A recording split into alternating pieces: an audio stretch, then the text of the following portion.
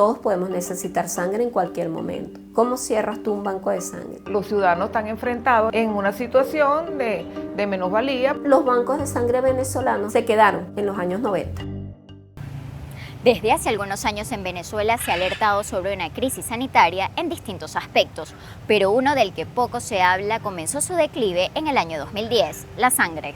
Hablar de este fluido que recorre nuestras venas y arterias nos obliga a pasearnos también por diversas vertientes. La escasa dotación de insumos y material de laboratorio fue la primera alarma. Le siguieron las deficiencias en infraestructura y mantenimiento y luego llegó la migración del personal. Casi el 60% de nuestros hematólogos estamos en una edad entre 55 a 75 años, o sea, ya pronto a ser nuestra edad de jubilación. Y la edad de mayor rendimiento, que son la de 35 a 43, representa como el 13% de los médicos hematólogos del país. En el año 2012, que fue la última vez que hicimos el censo que nos permitieron, teníamos 6.850 bioanalistas en todo a nivel nacional. Ahorita cuando fuimos a ver cuánto era la nómina de los bioanalistas a nivel del nacional, teníamos 2.420.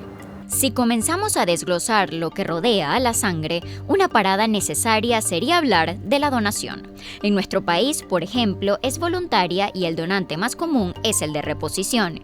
Mientras la meta global es lograr 100% de donantes voluntarios, solo poco más del 1% lo hace en Venezuela. Según las últimas publicaciones del mismo Ministerio de Sanidad del 2018, disminuyó el número de donaciones voluntarias en un 82%. De 5.8 de donaciones voluntarias bajamos a 3.5. En este momento yo diría que estamos como en 1,5. Si en toda Venezuela el 3 a 5% de la población donara de manera regular, no habría escasez. De acuerdo con la Organización Mundial de la Salud, la tasa de donación de sangre por cada 1.000 personas es de 31,5 en los países de ingresos altos, 16,4 en los de ingresos medianos altos, 6,6 en los de ingresos medianos bajos y 5 en los de ingresos bajos. Nos ayudaría el que los bancos de sangre estuvieran llenos de donantes voluntarios, donantes que exijan una buena calidad en la atención, un donante que sea crítico, un donante que sea exigente y que exponga las necesidades que consigue para donar. Actualmente no hay campañas educativas que resalten la necesidad de la sangre en los centros públicos. Por ello, uno de los objetivos de este trabajo es desmontar parte de los mitos que rodean el acto de la donación. Por ejemplo, es falso que donar sangre engorda, no es correcto creer que genera disfunción eréctil y no es cierto que provoque anemia. A esto se suma el temor a las agujas y el motivo de queja usual de los donantes es el tiempo que se debe invertir para este acto. Adicional y de acuerdo con la Sociedad Venezolana de Hematología, es necesaria una actualización de la Ley sobre Transfusiones y Banco de Sangre que data de 1977. Hay que actualizar, por ejemplo, la edad de donación. Sabemos que existen personas hasta de 70 años que están en unas condiciones físicas excelentes. Situaciones nuevas como son, por ejemplo, la donación del hombre que tiene sexo con hombre, la donación, por ejemplo, con tatuajes. Ahorita sabemos que después de un año de haberse hecho un tatuaje, tú puedes donar sangre sin ningún problema. Una realidad latente en los laboratorios y bancos de sangre de Venezuela es la falta de reactivos. La Sociedad Venezolana de Hematología reporta 80% de desabastecimiento en los hospitales, mientras que la Federación de Colegios de Bioanalistas reporta 89,2% de laboratorios inoperativos. En este momento no hay bolsas de sangre y por lo tanto si tú no tienes bolsas para recoger la sangre, quiere decir que no tienes la sangre. Equipos de transfusión que lo tienen que comprar los familiares. Tubos para la toma de las muestras de los donantes para serología la compran los familiares. Las pruebas serológicas no están llegando de la manera regular ni en las cantidades, por lo tanto los familiares tienen que pagar la serología de los donantes de sangre. En el interior del país las necesidades son distintas. En estados como Zulia, Falcón o Bolívar, la sangre debe conservarse en temperaturas especiales. Por ejemplo, el plasma debería ser preservado en menos 18 a menos 30 grados. Lo que hacen la mayoría de los bancos de sangre, sobre todo los del interior, es que precipitan, o sea, ponen a la bolsa paradita, sin moverla durante varios días para que precipite por sus pesos y entonces separan el glóbulo rojo y el plasma. No pueden fraccionar plaquetas. Una prueba serológica se aplica en la sangre como un segundo paso para detectar cualquier reactivación de algún virus. Sin embargo, en caso de que un centro hospitalario no cuente con los reactivos, se decide entregar al paciente el tubo de la muestra para que la lleve a un laboratorio a practicar la prueba. Perdemos el control del banco de sangre. De acuerdo con la Sociedad Venezolana de Hematología, existen denuncias de bancos de sangre y laboratorios que han estado operando como han sido calificados de forma ilegal, pues no contarían con los permisos emanados desde el Ministerio del Poder Popular para la Salud, algo que coincide con llamamientos hechos desde el Colegio de Bioanalistas de Venezuela. Y como si lo hemos investigado y lo mandaban para allí, no era un laboratorio, era un sitio donde tenía un poco de formato, de análisis, como te preguntaba, ay, ¿qué tiene tu...?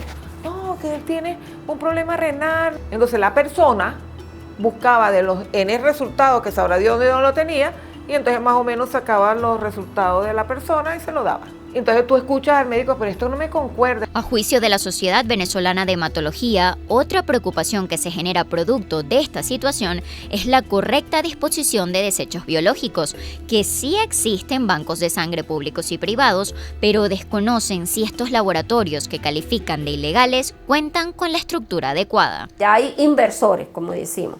Existen en centros comerciales, en sitios no adecuados para eso. Eso viola la ley. De acuerdo a los estudios científicos basados en la evidencia, el 70% de los errores que existen en los servicios de bioanálisis, la mayoría de los errores están en la parte preanalítica. Tenemos que ser cuidadosos de que esa toma de muestra tiene que ser dentro de los laboratorios. Durante un recorrido por Caracas es posible observar lugares que ofrecen exámenes de laboratorio y parecen no cumplir con los requisitos de personal e infraestructura establecidos en la ley. Un punto común entre estos recintos son los precios, pues ofrecen servicios a un menor costo en comparación a laboratorios más constituidos o los que funcionan dentro de clínicas privadas. Los precios pueden llegar a ser entre 50 y 70% más baratos. Desde el Colegio de Bioanalistas de Venezuela, en sus sedes de Caracas y Miranda, han adelantado un trabajo para que la población pueda identificar cuando un laboratorio cumple con las condiciones adecuadas. Pero ¿cómo un ciudadano puede identificar que un laboratorio tiene los elementos necesarios? El laboratorio tiene una entrada, que una sala de espera, tiene su toma de muestra, tiene su sala de análisis. No es una cosa pequeña donde hay una silla, donde hay una centrífuga y una persona tomándote la muestra. Eso no es un laboratorio. El usuario, cuando va a esos laboratorios, lo primero que usted tiene que preguntarle dónde está el bioanalista, que yo quiero conversar con el bioanalista. Es importante destacar que si usted ha sido víctima de alguna de estas incidencias, debe saber que el Ministerio del Poder Popular para la Salud cuenta con el Servicio Autónomo de Contraloría Sanitaria, ubicado en el centro sur del Centro Simón Bolívar. Es esta la instancia que recibe las denuncias y además emite los certificados para que un laboratorio pueda funcionar de la manera más adecuada. Los números de teléfono están aquí en pantalla y la página web es www.sacs.gov.be. Tanto la Sociedad Venezolana de Hematología como la Federación de Colegios de Bioanalistas de Venezuela aseguran que aunque este es el panorama, la mística y el profesionalismo de los médicos venezolanos no se pone en duda. Se tiene que sentar hasta con los sindicatos y todos los actores que están dentro de esa comunidad y avanzar en este camino que va a ser difícil, pero yo creo que sí tenemos futuro. El paciente hematológico es un paciente vulnerable, es un paciente que tiene muchas necesidades, no solamente desde el punto de vista médico. Tenemos que velar por el decoro de la profesión.